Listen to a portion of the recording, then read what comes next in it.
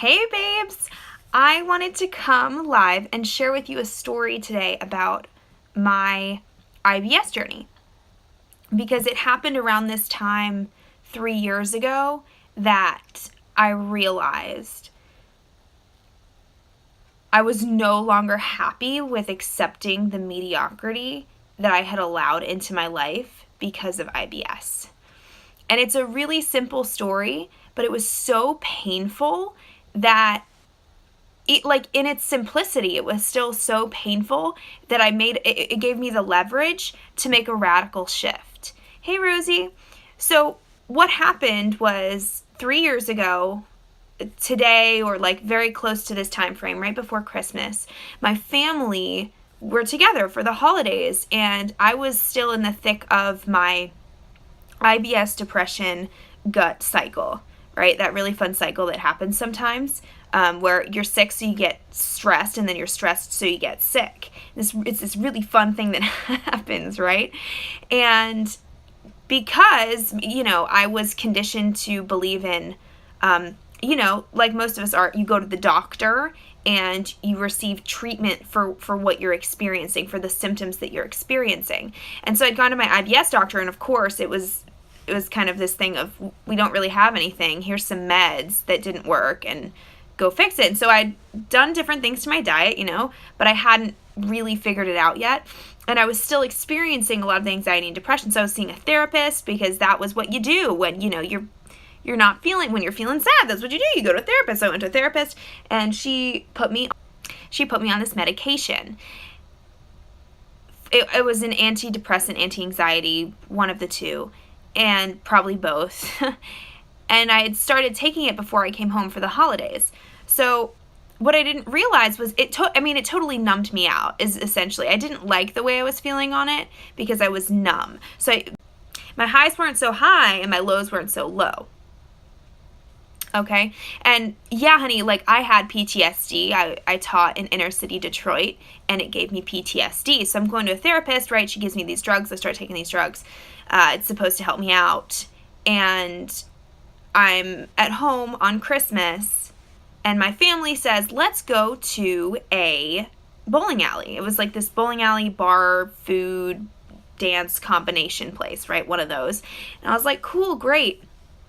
And so we go and we find a booth there, and we're sitting there, and all of a sudden I like look at my mom, and I have my mom on my left and I have my boyfriend at the time on my right, and I'm like looking at my mom and I'm like, something's not right. And the next thing you know, I go white as a ghost, and I fucking am passing out in this bowling alley, and it's so loud, and thank God it was cold. My boyfriend, I'm passing out, my boyfriend pulls me outside into the cold, and the cold kind of wakes me up. And so my mom is a nurse, and essentially is like, it's her blood sugar. Like, her blood sugar is so low. So they take me to whatever's closest. My boyfriend throws me in the car. I'm like this. Like, I don't know if I'm going to throw up. I don't know if I'm going to pass out. Like, I don't know what's going on. But this is not typically my symptoms. And he goes to Target. He finds fruit snacks, and he just starts shoving them in my mouth so that I'm okay. So that I literally was thinking I was going to die. Like, I was laughing because I thought I was going to die. And I didn't know how else to respond. And, I got home that night after my family, they came home a little bit later, and they were all having fun out in the living room, and I'm in the bedroom, and I'm listening to them having fun, and I just feel so fucking sick. And I was teaching in Detroit still at the time, and, life was hard, and I was suffering, which we need to talk about that language for IBS. We need to talk about the word suffering, because as soon as you say I'm suffering, guess what? You're fucking suffering. And so I was suffering from IBS, and something shifted in me, and I was like, enough is enough. I'm done. I am done. I have to figure this out. And somewhere inside of me, I knew that the mental health was completely linked to the IBS. I knew that was a thing. I just didn't know how yet. And so it was Christmas time. I had a best friend who'd recently gone through a physical transformation. She'd she started working out, she started eating better, and she had regulated her acid reflux. And I said, well, if she's onto something, like, I'm just willing to try anything at this point. And so Grace, Divine Intervention, placed her on my newsfeed on Facebook, much like this is on your Instagram page right now and you're watching it. And I was like, fuck it. I need to do something. I cannot just sit idly by and just keep in this circle. I'm meant for more. And I can't even remember what I dreamed about before I got sick, but I need to fucking figure it out. And so I took a leap of faith and I did this thing with her, and it totally changed my fucking life.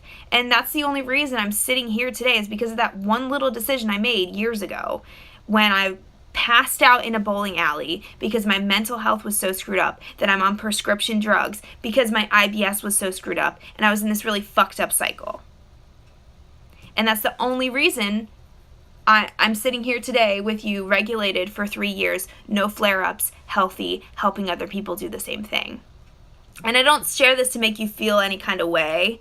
I share this because I literally have been there, and every time this day comes around and this time of year comes around, I am so thankful for the 7 years of nausea and vomit and diarrhea and sitting on the toilet and not eating at restaurants and not making plans and not traveling and not doing all the things that I am, because I have so much more gratitude for it now, knowing that I had to overcome all of that. And I'm saying this because just as my friend extended an olive branch to me and changed my life by changing her own, I offer that same olive branch to you. Right? This is what I do now. And if you're in a place where you're like, maybe you're not passing out in a bowling alley, I hope you're not that far down the hole. But if you're in a place where you're like, I recognize I'm not dreaming the dreams I once dreamed because I'm scared to dream them because I don't think I can. If you know your mental health is somewhere linked into this, if you know that you need to make a change, you just don't know how to do it and you don't know where to start. If you're in a place that you don't want to go into 2018 and live it the same way that you lived 2017, then please, please, please book a call with me. There's no fucking obligations. There's no expectations. This is just a girl helping another human on this planet step into who they want to be again. Because when you're ill, you can't do that because you're just scared. So together we can push through that, create some breakthroughs for you so that you really feel empowered to take that next step to feel amazing again. I'm not even just saying like I want to feel normal again. I mean, like, I want you to feel outstanding. I want you to feel like you can conquer the world. I want to see your eyes light up again. And that's the kind of magic that I'm all about.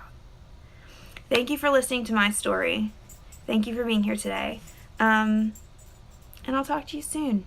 Link in bio, as always. Bye, IBS warriors.